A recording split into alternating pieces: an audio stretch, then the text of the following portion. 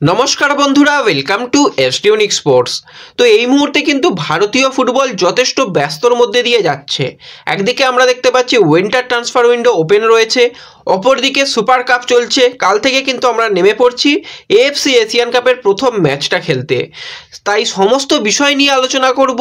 ইস্টবেঙ্গলকে নিয়ে কিন্তু বড় সুখবর বেরিয়ে আসছে, সেটা আলোচনা করব। তো তাই ভিডিওটা শুরু থেকে শেষ পর্যন্ত দেখার অনুরোধ করলাম।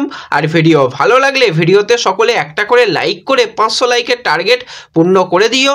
আর যারা চ্যানেলে প্রথমবার এসেছো, চ্যানেলটাকে সাবস্ক্রাইব করে পাশের বেল আইকনটাকে অন করে রেখো, তাহলে তোমাদের প্রিয় দলের খেলার সমস্ত আপডেট তোমরা এখানে পেয়ে যাবে। তো চলো আর দেরি না করে ভিডিও শুরু করা যাক। প্রথমেই যদি আমরা কথা বলি সুপার কাপ নিয়ে, তো সুপার কাপের আজকে ডবল হেডার ম্যাচ ছিল। প্রথম ম্যাচটা কিন্তু এফসি গোয়া দুর্দান্ত ম্যাচটা জিতেছে। তো ম্যাচ কিন্তু খুব একটা দেখার সুযোগ হয়নি। তো ম্যাচের একটা জিনিস আমি দেখলাম, গ্যামার নিকুমের গোল। তো সেই মুহূর্তে দুর্দান্ত গ্যামার নিকুম গোল করেছে। তো এই প্লেয়ারটা সত্যি একটা দুর্দান্ত প্লেয়ার। মুম্বাই সিটি এফসি থেকে লোনে ইন্টারকাশিতে গেছে এবং খুব ভালো গোল করলেও দলকে জেতাতে পারেনি। তো প্রথম ম্যাচ কিন্তু এফসি গোয়া জিতেছে এবং দ্বিতীয় ম্যাচ ছিল ওড়িশা এফসির সঙ্গে বেঙ্গালুরু এফসি। যেই ম্যাচটায় কিন্তু ওড়িশা এফসি অবশ্যই ফেভারিট হিসাবে নেমেছিল, সেইভাবেই তারা ফুটবল খেলেছে। অনেক চান্স আজকে নষ্ট করেছে এটুকু বলবো, এবং 1-0 গোলে ম্যাচটা জিতেছে। 10 জনের বেঙ্গালুরু এফসিকে কিন্তু সেকেন্ড হাফে আরও বেশি গোল দেওয়া উচিত ছিল, কিন্তু গোলগুলো তারা নষ্ট করেছে, সহজ সহজ সুযোগ নষ্ট করেছে। এবং দুটো ম্যাচই কিন্তু আজকে দুর্দান্ত ম্যাচ হয়েছে। অনেকেই স্কোরলাইন প্রেডিকশান করেছিলে। তো প্রথম ম্যাচে স্কোরলাইন যারা প্রেডিকশান করেছিলে তাদের নাম কিন্তু রীতিমতন ফেসবুক পেজে নেওয়া হয়ে গেছে, এবং দ্বিতীয় ম্যাচ যেটা ছিল তাদের যাদের স্কোরলাইন প্রেডিকশান মিলছে তাদের নামও কিন্তু ফেসবুক পেজে নেওয়া হবে। তাই অবশ্যই কিন্তু ফেসবুক পেজটাকে গিয়ে ফলো করে নিও, সেখানে সমস্ত লেটেস্ট আপডেট পেয়ে যাবে। এবার যদি আমরা কথা বলি একটুখানি আমাদের ব্লু টাইগার্সদের নিয়ে, তো কালকে কিন্তু 13 তারিখ, কালকে প্রথম ম্যাচটাই রয়েছে আমাদের সঙ্গে অস্ট্রেলিয়া। তো অস্ট্রেলিয়া কিন্তু যথেষ্ট কঠিন প্রতিপক্ষ নিঃসন্দেহে বলা যায়, কিন্তু ব্লু টাইগার্সরাও নিজেদের সেরা শক্তিটা দিয়ে চেষ্টা করবে এই ম্যাচে ভালো ফলাফল করতে। তো কীরকম কালকে প্লেইং 11 হতে পারে আমাদের ভারতীয় দলের, সেখানে আমরা গোলের তলায় অবশ্যই গুরপ্রীতকে দেখতে পাবো। সেন্টার ব্যাক হিসাবে সন্দেশ জিংহানের সঙ্গে রাহুল বেকেই হয়তো প্রথম থেকে শুরু করতে চলেছে। সাইড ব্যাকে একদিকে নিখিল পূজারি, অপরদিকে আকাশ মিশ্রা। মাঝমাঠের দিকে যদি আমরা তাকাই, সেখানে আপুইয়ার সঙ্গে অনিরুদ্ধ থাপা শুরু করবে।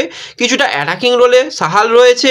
এছাড়া দুজন উইঙ্গার হিসেবে একদিক থেকে ছাংতে, অপর দিক থেকে নাওরেম মহেশ। আর আপফ্রন্টে কিন্তু অবশ্যই আমরা দেখতে চাই সেখানে সুনীল ছেত্রীকে। তো সুনীল ব্রিগেড কতটা ভালো ফুটবল খেলবে কালকে অবশ্যই দেখার বিষয় রয়েছে। বিকেল 5টা থেকে ম্যাচ রয়েছে। তো সকলে কিন্তু আমাদের ভারতীয় দলের ম্যাচটা অন্তত তোমরা দেখো। আমরা ভারতীয় ক্রিকেটকে অনেক সাপোর্ট করি, কিন্তু ফুটবলকে অতটাও হয়তো সাপোর্ট অনেকে করে না। তো অবশ্যই আমাদের কাছে ওয়ার্ল্ড কাপের সমান কিন্তু ম্যাচ হচ্ছে এই এএফসি এশিয়ান কাপের ম্যাচ। তাই অবশ্যই কিন্তু ব্লু টাইগার্সদের তোমরা পাশে থেকো, সমর্থন করো। আর কালকের কিন্তু ম্যাচের স্কোর লাইন তোমরা অবশ্যই প্রেডিকশান করো কমেন্ট বক্সে। যাদের স্কোর লাইন প্রেডিকশান মিলে যাবে তাদের নাম কিন্তু পরবর্তী ভিডিওতেও নেওয়া হবে, এবং যাদের কমেন্ট মিলে যাচ্ছে তাদের কমেন্ট কিন্তু ফেসবুক পেজেও শেয়ার করা হবে। তাই অবশ্যই এই ইন্ডিয়া অস্ট্রেলিয়া ম্যাচের স্কোর লাইন তোমরা প্রেডিকশান করতে পারো। কোন দল কত গোলে জিতবে সেই স্কোর লাইন প্রেডিকশানই কিন্তু নেওয়া হবে শুধুমাত্র। এরপর যদি আমরা একটুখানি ট্রান্সফার আপডেটের দিকে চলে আসি, তো ট্রান্সফার মার্কেটে কিন্তু বেশ কিছু জিনিসই আমরা প্রতিদিন নতুন নতুন দেখতে পাচ্ছি। আমরা একজন দুর্দান্ত মাপের বিদেশি প্লেয়ার গ্রেগ স্টুয়ার্টকে কিন্তু এই মরশুমে হারালাম। আরও একজন দুর্দান্ত প্লেয়ারকে কিন্তু তো আমরা আই লিগে খেলতে দেখছি। সেটার অন্য কেউ নয়, 34 বছর বয়সী স্প্যানিশ ডিফেন্সিভ মিডফিল্ডারের প্লেয়ার এডু বেডিয়া। তো আইএসএলটা শুরু করেছিল এফসি গোয়া থেকে এবং আইএসএলটা শেষও করেছে এফসি গোয়াতে। বর্তমানে খেলছে গোকুলাম কেরালাতে। 10টা ম্যাচে কিন্তু 4টি অ্যাসিস্ট করে নিয়েছে এবং দুর্দান্ত ফুটবল খেলছে এই এডু বেডিয়া। তো 2024 সালের 31শে মে পর্যন্ত কন্ট্রাক্ট রয়েছে এডুর সাথে গোকুলাম কেরালার। কিন্তু যেটা শোনা যাচ্ছে, বেশ কিছু স্প্যানিশ ক্লাব তাকে নেবার ব্যাপারে রীতিমতন ইন্টারেস্ট রয়েছে, এবং এডুও কিন্তু সেই ব্যাপারে সম্মতি দিতে চলেছে। যদি সব কিছু ঠিকঠাক থাকে তাহলে এডু বেডিয়া কিন্তু কন্ট্রাক্ট টার্মিনেট করে স্প্যানিশ কোনো ক্লাবে আবারও ফিরে যেতে পারে। তো দুর্দান্ত মাপের প্লেয়ার, আমরা দেখেছি সুপার কাপ জিতেছে, ডুরান্ড কাপ জিতেছে, আইএসএল শিল্ড জিতেছে, এবং আইএসএলের অন্যতম একটা সেরা প্লেয়ার এবং আমার খুব পছন্দের একজন প্লেয়ার, আশা করি অনেকেরই খুব পছন্দের প্লেয়ার এই এডু বেডিয়া। তো এডু বেডিয়াকেও কিন্তু আমরা ভারতীয় ফুটবল থেকে হয়তো হারাতে চলেছি। আইএসএলে বিশেষ করে এফসি গোয়ার হয়ে 122টা ম্যাচ খেলার অভিজ্ঞতা রয়েছে, 16টা গোল 16টা অ্যাসিস্ট করেছে। তো দুর্দান্ত প্লেয়ার। তো দেখা যাক পরবর্তী সময় সে স্পেনের কোন ক্লাবে ফিরে যায়। এরপর যদি আমরা একটুখানি মুম্বাই সিটি এফসির দিকে তাকাই, তো মুম্বাই সিটি এফসির ইউথ সিস্টেম থেকে উঠে আসা একজন প্লেয়ার মুম্বাই সিটি এফসিতেও সুযোগ পেয়েছিল। 24 বছর বয়সী ভারতীয় সেন্ট্রাল মিডফিল্ডারের প্লেয়ার পিসি রোহালপুইয়া।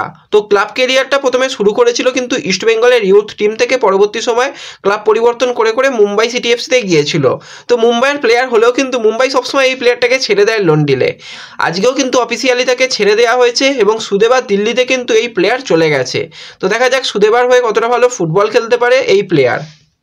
এবার যদি আমরা একটুখানি ইস্টবেঙ্গলকে নিয়ে কথা বলি, তো ইস্টবেঙ্গল কিন্তু সুপার কাপের যেটা ফুল স্কোয়াড এখনও অফিসিয়ালিভাবে ঘোষণা করেনি, কারণ কোচ জানিয়েছিল 13 তারিখ পর্যন্ত আমরা প্লেয়ারদের আরও নেব।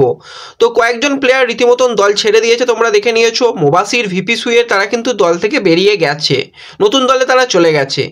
এছাড়াও কিন্তু কিছু প্লেয়ারকে কোচ নিতে চেয়েছিল, সেই প্লেয়ারদের তো নাম হয়তো অনেক আমরা শুনেছি, কিন্তু তাদের এখনও তো অফিসিয়ালি নেওয়া যায়নি। সেই কারণে তাদের কবে নেওয়া হবে সেটা এখনও জানা যায়নি। আদৌ সুপার কাপে তারা খেলবে নাকি একদম আইএসএল থেকে আসবে সেটা পরবর্তী সময়ে দেখা যাবে। তো কালকের দিনটা কিন্তু খুবই ইম্পর্টেন্ট দিন রয়েছে, কারণ কোচ বলেছিল বেশ কিছু প্লেয়ারকে আমরা 13 তারিখে আবারও দলের মধ্যে অ্যাড করব।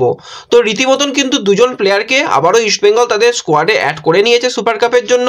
প্রথম প্লেয়ার হচ্ছে মন্দার রাও দেশাই। তো মন্দার কিন্তু রীতিমতন দলের সঙ্গে গিয়েছিল, কিন্তু তার একটা ইনজুরির প্রবলেম ছিল, তোমাদের বলেছিলাম, সেই কারণেই প্রথম ম্যাচ খেলতে পারেনি। এবং তোমাদের এইটাও বলেছিলাম যে পরবর্তী ম্যাচ থেকেই হয়তো মন্দার আবার ফিরতে চলেছে। তো মন্দারকে কিন্তু আজকে রেজিস্ট্রেশন করিয়ে নেওয়া হয়েছে। তো খুবই ভালো প্লেয়ার ইস্টবেঙ্গলে, কিন্তু একদিকে মন্দার অপরদিকে নিশু খেললে আরও ডিফেন্স লাইন বেশ শক্তিশালী হয়ে যাবে। তো মন্দার ফেরায় কিন্তু ইস্টবেঙ্গল আরও বেশি শক্তিশালী হলো। এবং যে ইন্টারেস্টিং ব্যাপারটা ঘটেছে সেটা হচ্ছে আরও একজন প্লেয়ারকে রেজিস্টার করিয়ে নিয়েছে, সেটা হচ্ছে 24 বছর বয়সী উইঙ্গারের প্লেয়ার নাওরেম মহেশ সিং। জাতীয় দলের শিবিরে গেছে মহেশ সিং, কিন্তু জাতীয় দলের শিবিরে গেলেও তাকে রেজিস্টার করিয়ে নিয়েছে। কোচ ভাবছে যে পরে যদি মহেশকে প্রয়োজন হয় সেক্ষেত্রে মহেশকে পাওয়া যাবে, আপাতত তো রেজিস্টার করানো থাক। জাতীয় দলের ক্যাম্প থেকে ফিরে যদি দল সেমিফাইনাল বা ফাইনাল পর্যন্ত যায় তাহলে মহেশের সার্ভিস পাওয়া যাবে। তো এটা কিন্তু খুব ভালো একটা পদক্ষেপ নিয়েছে কোচ। তো দেখা যাক আরও কী কী সিদ্ধান্ত নিতে পারে। যেই সিদ্ধান্তই নিক না কেন সেটা কিন্তু তোমাদের সবার আগে জানিয়ে দেবো ফেসবুক পেজে। তাই অবশ্যই ডিসক্রিপশন বক্সের লিঙ্ক থেকে তোমরা ফেসবুক পেজে জয়েন হয়ে যাও। কালকে কিন্তু বেশ কিছু সুখবর আরও আসতে পারে, এরকম একটা সম্ভাবনা তৈরি হয়েছে। তো সুখবর সবার আগে জানার জন্য অবশ্যই আগে ফেসবুক পেজে জয়েন হয়ে যেতে পারো। তো এই ভিডিওতে এইটুকুই ছোট্ট আপডেট তোমাদের সঙ্গে শেয়ার করার ছিল। ভিডিও ভালো লাগলে ভিডিওতে লাইক করে দিও, চ্যানেলে প্রথমবার এলে চ্যানেলটাকে সাবস্ক্রাইব করে দিও এবং ভিডিও সকলের সঙ্গে শেয়ার করে দিও।